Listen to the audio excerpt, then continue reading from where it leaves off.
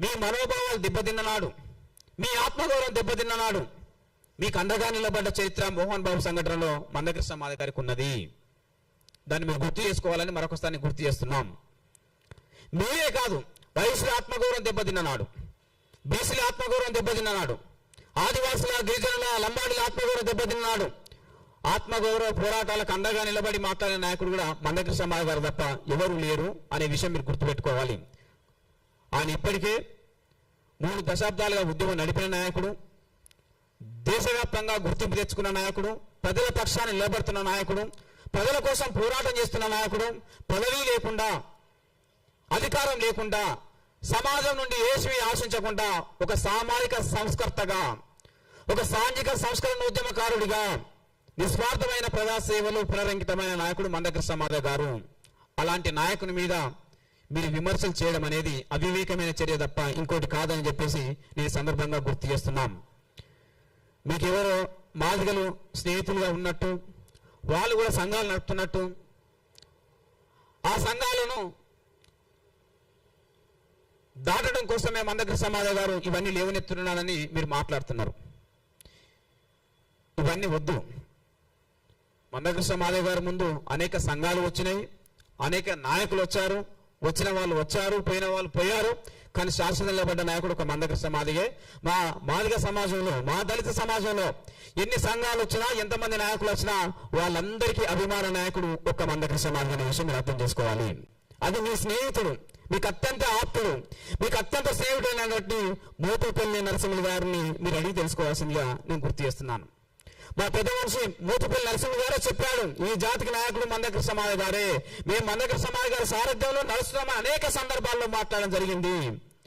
అది గౌరవ బ్రాహ్మణ సమాజ పెద్దలు అర్థం చేసుకోవాలని నేను సందర్భంగా గుర్తు చేస్తూ, మందకృష్ణ మాదిగ గారి మొదటి ఇన్నింగ్ సక్సెస్ఫుల్గా పూర్తయిందని వాళ్ళు చెప్పడం జరిగింది. అందులో మందకృష్ణ మాదిగ గెలిచిండు.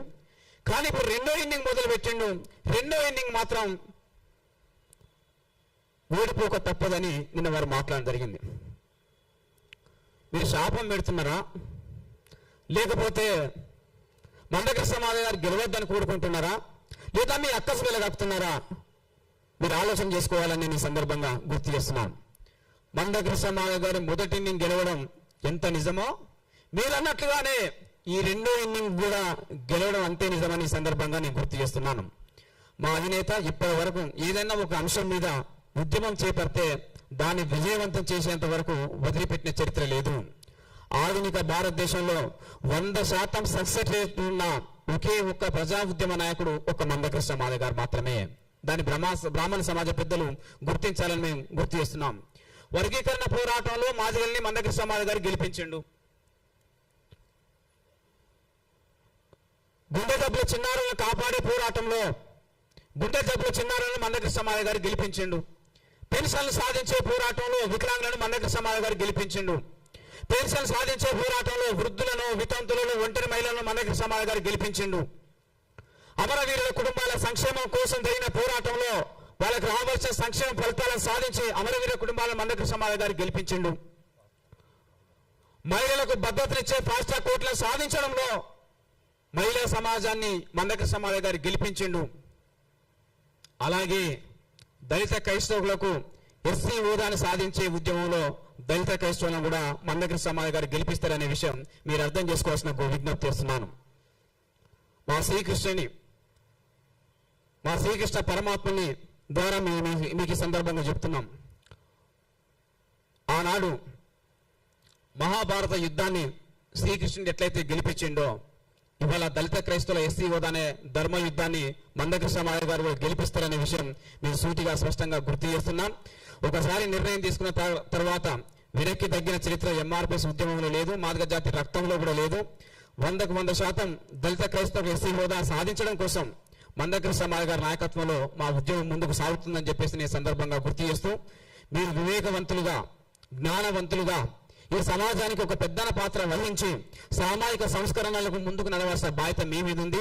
కానీ మీ ఆక్రోశం, మీ